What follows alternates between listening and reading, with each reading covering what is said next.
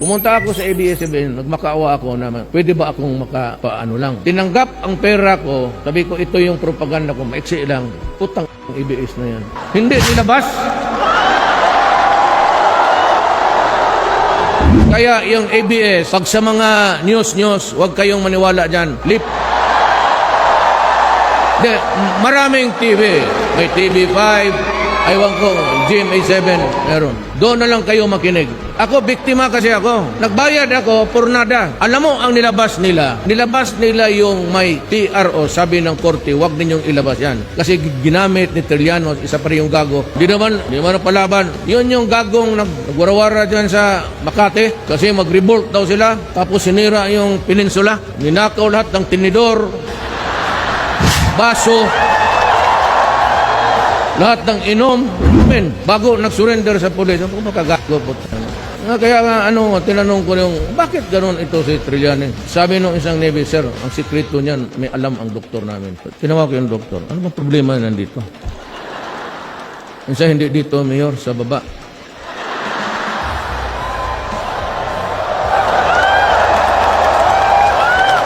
Anong problema niya dyan sa baba? Bihira, it's a very rare. It occurs about every 200,000. Isa lang ang bayad.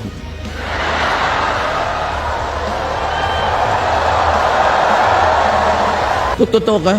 It's an abnormality. It occurs in every male population, 200,000. May isa dyan. Ang problema, natanggap pa sa Navy, hindi hinipo yung...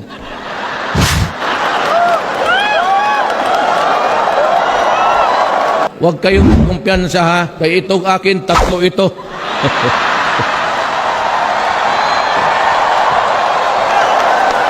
Totoo, takang niya ako. Kaya ako naniwala ako sa doktor, sinabi, it occurs in every.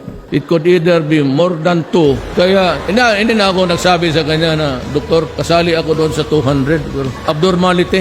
Pero at least yung akin may extra pa. Sige lang kayo dyan tawa na. Seryoso tayo. Kaya nga, ako wala akong, totoo yan. Honest. I would not say it in public, but I believe. Tinanggap nila ng pera. Tapos yung ABS gusto, isa uli. Sabi ko, huwag mo na lang tanggapin.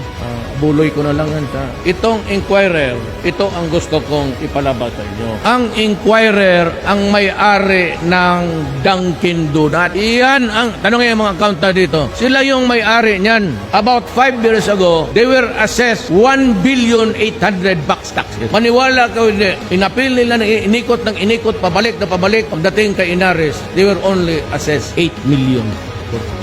Yan ang mga oligarchs na gusto kong.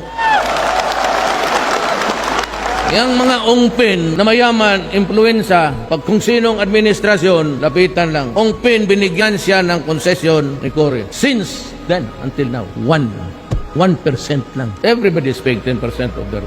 Yan yung mga oligarch. Yun yung mga mayaman na mga ina wala ng ginawa. Mag-upo lang tapos gabitin yung influensya. Yang Inquirer, I don't know. But meron akong natanggap na balita na may binili ng lupa yan sa gobyerno. Ang binayaran lang, sweetheart deal. Dahil nga, they went for Cory during kalaban nila sa mga. May lupa yan na halos ibinigay lang sa Inquirer. It's an alley in Makati. Marami ng mga mall-mall dyan maliit. Pero yan, ay kalkaling ko yan. Hindi lang yan. Yung mga mayaman na, kaya sabi ko, itong Pilipinas, ito para lang sa mga taong naghirap. Kayo ang protektahan ko. Yung mga mayaman, talagang kalaban ko yan. Sabihin na ninyo na inggit ako sa inyo, totoo yan po. Ina kayo, pero magbayad kayo. Kaya inggit ako na galit sa inyo. Bakit hindi ako mainggit? Yung mayaman kayo yung mayaman, hindi naman kayo bumabayad ng taxes. Itong Inquirer, as if yung mga editorial nila, kung birahin nila yung mga opisyal, birahin ba na, right, with all the righteousness and morality sa editorial, yung pala po, kayo pati yung ABS, mukhang pera kayo.